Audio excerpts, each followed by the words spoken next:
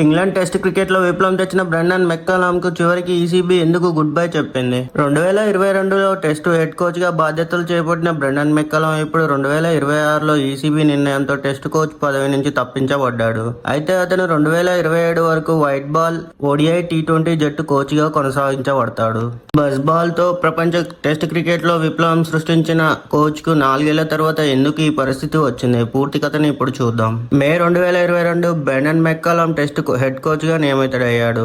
అదే సమయంలో Ben Stokes test captain అయ్యాడు. ఈ ఇద్దరు కలిసి రూపొందించిన దూకుడు ఆట తీరే బేస్బాల్. మొదటి 19 టెస్ట్ మ్యాచ్ల్లో 14 విజయాలు, కేవలం 4 ఓటములు. ప్రపంచవ్యాప్తంగా ప్రశంసలు. అందులో ముఖ్యమైన విజయాలు 2022 న్యూజిలాండ్ పై 3-0తో క్లీన్ స్వీప్, 2022 భారత్ పై ఎడ్జ్ బ్యాస్టన్ లో 378 పరుగులు రికార్డు చేసి, 2022 దక్షిణాఫ్రికాలో 2-1 సిరీస్ విజయం, 2022 పాకిస్తాన్ లో 3-0తో వైట్ వాష్. ఆ సమయంలో ఇంగ్లాండ్ టెస్ట్ క్రికెట్ ను పూర్తిగా మార్చేసిందనే ప్రశంసలు వచ్చాయి. అయితే 2023 యాషెస్ తర్వాత పరిస్థితి పూర్తిగా మారిపోయింది. ఆస్ట్రేలియాలో యాషెస్ సిరీస్ 4-1తో ఓటమి, స్వదేశంలో న్యూజిలాండ్ చేతిలో 2-1తో సిరీస్ పరాజయం. తాజా 9 టెస్ట్ మ్యాచ్ల్లో 7 ఓటములు. ఇక ప్రపంచ టెస్ట్ ఛాంపియన్షిప్ లో కూడా ఇంగ్లాండ్ వెనుకబడింది. బస్బాల్ ప్రతి పరిస్థితిలో పనిచేయదని మాజీ క్రికెటర్లు తీవ్ర విమర్శలు చేశారు. అత్యధిక దూకుడు,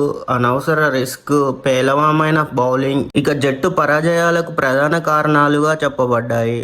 మెక్కలామ్ విజయాలు, వైఫల్యాలు చూసినట్లయితే 4 ఏళ్ల మెక్కలామ్ టెస్ట్ కోచింగ్ ప్రయాణంలో ప్రపంచానికి కొత్త బేస్బాల్ శైలి పరిచయం చేశాడు. మొత్తం 27 టెస్ట్ విజయాలు సాధించిన జట్టుకు మార్గనిర్దేశం చేశాడు. పాకిస్తాన్లో చారిత్రాత్మక 3-0 సిరీస్తో విజయం, భారత్ పై రికార్డు చేసి ఇంగ్లాండ్ టెస్ట్ క్రికెట్ కు కొత్త గుర్తింపు తీసుకొచ్చాడు. కానీ ఒక్క యాషెస్ సిరీస్ కూడా గెలవలేకపోయాడు. భారత్ పై టెస్ట్ సిరీస్ కూడా గెలవలేకపోయాడు. చివరి దశలో వరుస పరాజయాలు, డ్రెస్సింగ్ రూమ్ సమస్యలు, నాయకత్వ మార్పులు ఈసీబీని కఠిన నిర్ణయం తీసుకునేలా చేశాయి.